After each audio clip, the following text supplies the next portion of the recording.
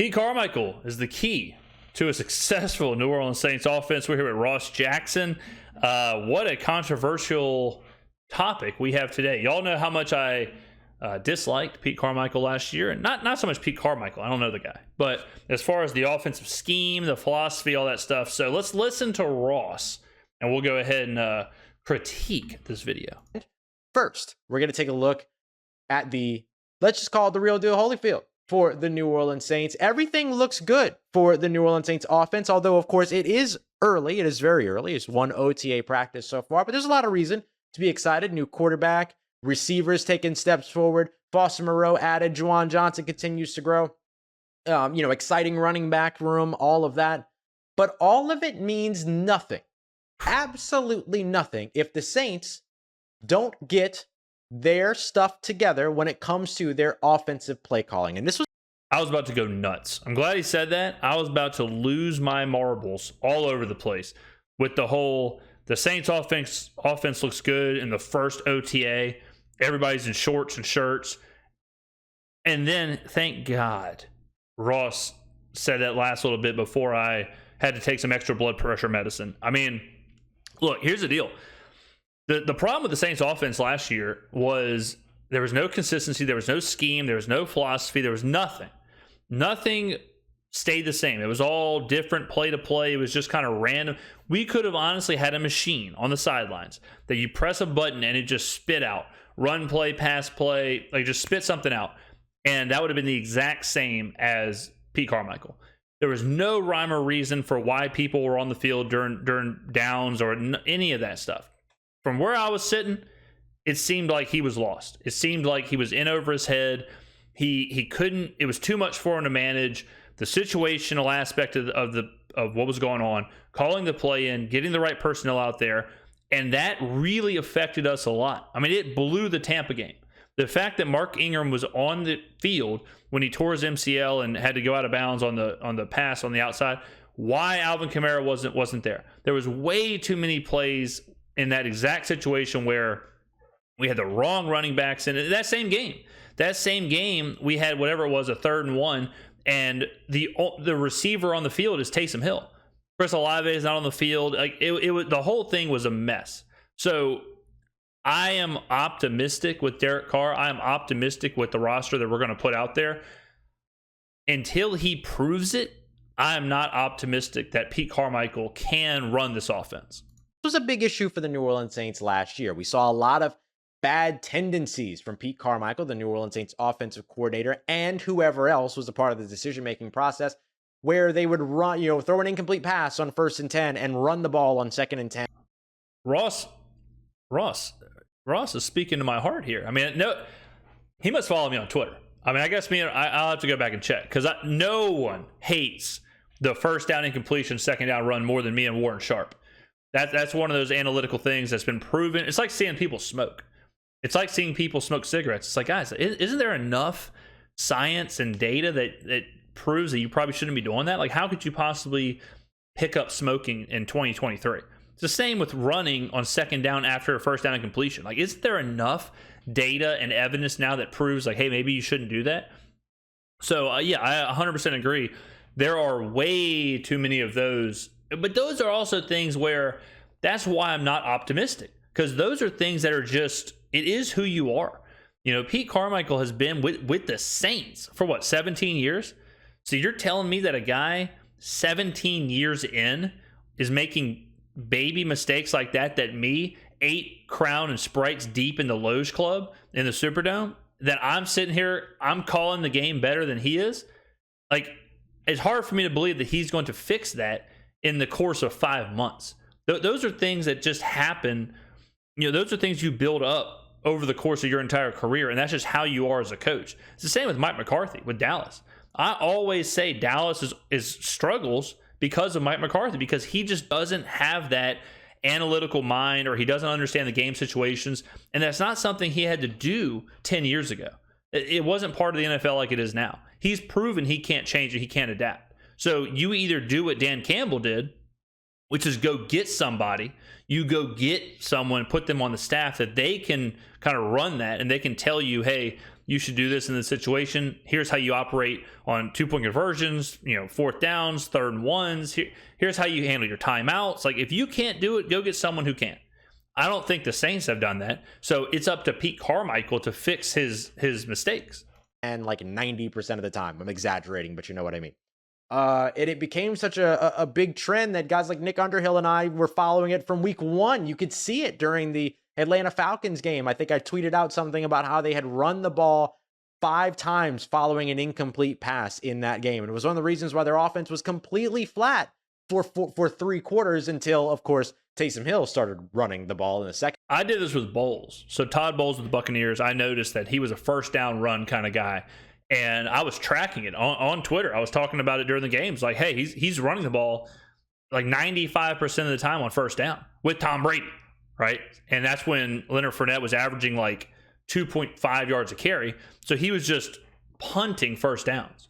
And after a while, people started to kind of notice it and kind of got some traction or whatever. And then the Buccaneers kind of shifted towards the end there. But it is wild. And I've talked about this before, but there's so many eyes on the games. There's so many analytics available. There's so much tracking. There's so much like quickly you can get data that fans can be in the right versus coaches, like in situations like that. It's so like if there's a timeout situation or a 2-point conversion situation, immediately you'll get the correct situation on Twitter. You'll see, hey, this was actually 80% of the time the other decision was right. It's available now. So these coaches cannot hide. These coaches cannot hide when they make mistakes. And that really, really impacted Pete Carmichael last year, where every single week you could quickly see, like, wow, he failed this test. Every single week he was getting a D or an F on his weekly grades. He's got to turn that around. Second quarter, but for the Saints, that was a big issue for them. They had troubles toward the end of the season. You can, of course, think back to the Tampa Bay Buccaneers game where they had so much trouble getting the right personnel on the field. And I don't mean they had trouble getting the players on the field that they were supposed to. It's just that literally they... Are you telling me right now? Are you telling me right now that I'm not the greatest mind in New Orleans sports media? I mean, I'm saying stuff 6 months ahead of these people. I'm saying stuff last year that people are saying now. I'm saying stuff in the beginning of this video that people are saying at the end of the videos. Every single video I review, it's gotten to the point now where it's almost embarrassing, because I'm sitting here and leaps and bounds. If you're not subscribed to this channel, what the hell are you even doing? All right. If you're not subscribed to this, if you just stumbled upon this, congratulations. You solved your local media problem. Subscribe to the channel. Be a part of this. They weren't putting their stars in the biggest moments on the field. You want your biggest players on the field for the biggest moments so that they can make the biggest plays. Taking Chris Olave and Rashid Shaheed and your top receivers off the floor. Look, I'm in basketball mode watching the NBA playoffs. Taking them off the field when you have to keep the ball moving and you got to do it through the air. You're going to be in trouble. You're going to have a bad time. And that's exactly what the Saints had, a bad time. So when you think about sort of the key to this New Orleans Saints offense in 2023, it's not just finding the right quarterback. It's not just reloading on the offensive side in terms of pass catching weapons. It's not just making sure you have depth on your O-line and in your running back room and being prepared for your worst case scenario at different positions. It's that you might still have your worst case scenario when it comes to play calling, and that can't be the case. I've said it over and over again. A new offensive coordinator needs to be in New Orleans in 2023. And to borrow from my good friend David Harrison over at Locked On Commanders and Locked On Bucks, that does not mean that it can't be Pete Carmichael. It's just that Pete Carmichael himself has to be a new offensive coordinator in 2023. He has to. Agree.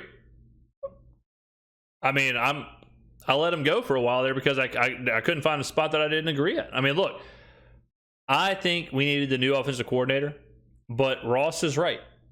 It could be Pete Carmichael because Pete Carmichael is coming from a place of 0. Last year, he was a 0. He was an F-. So if he can kind of figure his own thing out, and if he can prove to be an average offensive coordinator, that's an enormous step forward. Now, if Pete Carmichael proves that that's just who he is, he's just not that guy, yes, we will have to go get an actual offensive coordinator, no doubt about it. The only reason it could be Pete is because of how bad he was last year. Has to be a different version of himself than he was in 2022. I need to see Pete the Drip Carmichael coming through, backwards cap, gold chains, leather jacket, not even leather jacket. You know what? I want Pete Carmichael to show up looking like a B-boy, like Run DMC, all black, everything, gold chains, got the poet hat on. I want all of it. That's what I want, Pete. Like, that's the type of. I don't want any of that. I just want Pete Carmichael to know what to do on first downs. I just want Pete Carmichael to know who should be on the field on 3rd and 3. I just want Pete Carmichael to call a fluid game plan. I just want Pete Carmichael to know what's going on at all. I just want Pete Carmichael to go game in and game out with the same philosophy and a consistent scheme. I want him to use his best players. I want him to utilize Alvin Kamara in a way that's not just running him up the middle. I want him to use Alvin Kamara as a wide receiver. I want Alvin Kamara running routes. I want Chris Olave utilized. I want Taysom Hill utilized. I don't really care if he's wearing a beret. I don't really care if he's wearing leather boots or assless chaps or whatever Ross is talking about here. I'm not really concerned if Pete is subscribing to bespoke post. I don't care about that. What I care about is if he can just maybe move the chains. If he can maybe handle the red zone. That's what I'm looking for coming into the season. Energy that you need to see. Like, Pete's got to be a G in 2023. That's the new slogan. There you go. That's the new slogan. Pete's got to be a G in 2023. That's what we need to see, because otherwise, well, you can already guess kind of where I'm ready to go, but I'm not about to use foul language on the show. You know what I mean?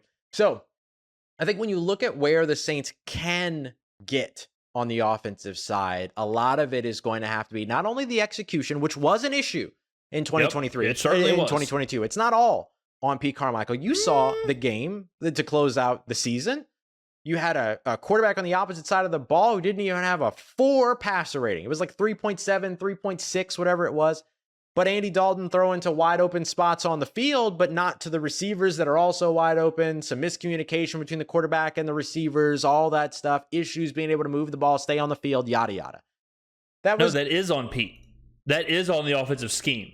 If you lose at home to an opposing quarterback who throws for 55 yards and has a 4 passer rating, yeah, if that's all it takes to outscore you, yes, that is certainly on Pete Carmichael and certainly on the scheme.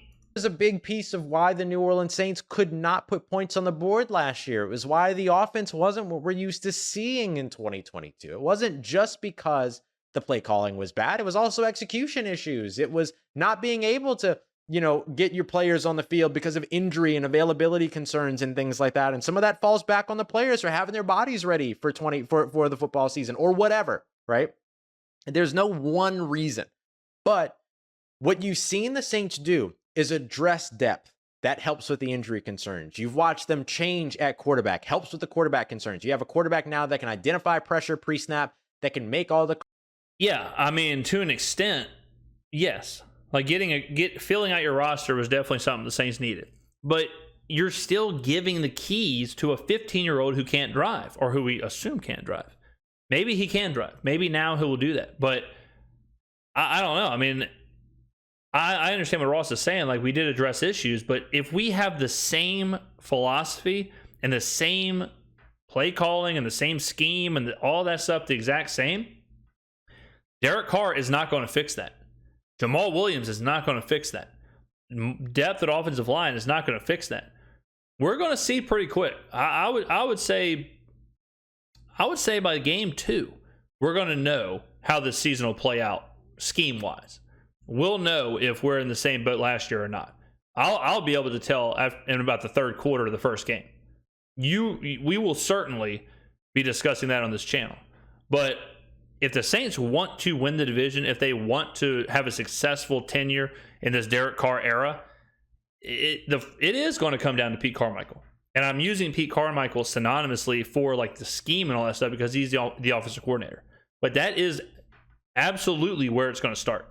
Calls that can call the plays, 2 plays in the huddle, change plays at the line of scrimmage, that can read the defense, that can do all the things. You fix that. You've reloaded your wide receiver room. You're hoping that Michael Thomas can stay healthy, but you haven't settled. You've got Brian Edwards in the building. You've got Shaq Davis in the building. You've got James Washington in the building. You've got A.T. Perry in the building, who we're going to break down here in just a moment. They've addressed those things. They couldn't get the run game going because they didn't have a good tandem back to work with Alvin Kamara. So Alvin Kamara had to be a bell cow back. So what did they do? They went out and they got the guy that had the most rushing touchdowns in 2022 in the NFL, and Jamal Williams. And they said, you know what? 17 touchdowns looks really, really nice. Let's go find another guy that's got 17 touchdowns. And then they went and they drafted Kendre Miller, who had 17 touchdowns with the TCU Horned Frogs, 1,399 yards. So they addressed all that. They helped themselves when it comes to injury concerns by building up depth. They've helped themselves with talent. They've helped themselves at the quarterback spot. Now they need to help themselves in terms of the play calling. So yes, execution was an issue. Availability was an issue. Injuries are an issue, but the Saints have done a good job safeguarding themselves against those things. They have changed those things. They have fixed those things over the course of the offseason. Loomis is an A+. I trust Mickey. I said that going into the offseason. I trust Mickey. And Mickey has proven he ain't settling.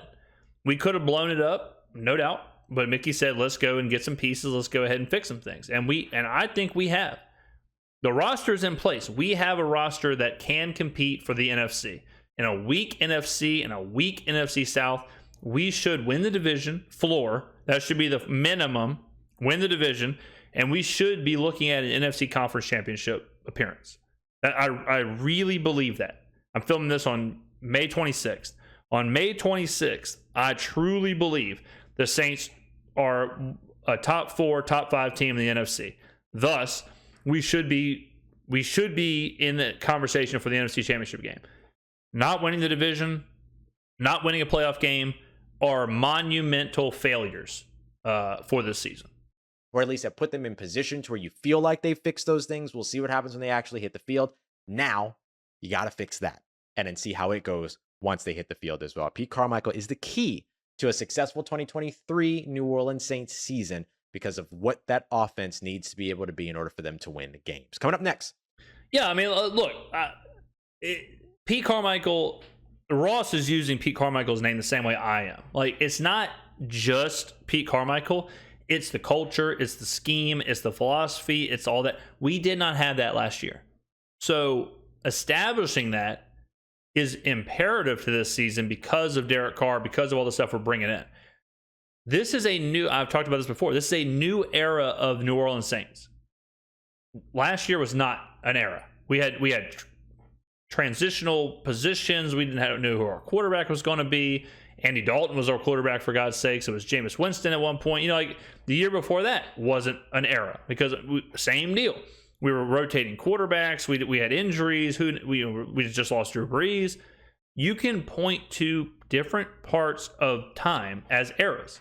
The Jim Haslett era, Aaron Brooks era, the Drew Brees, Sean Payton era, and now this is the Derek Carr era. And I don't put Dennis Allen in there. I don't put Pete Carmichael in there because they might be gone.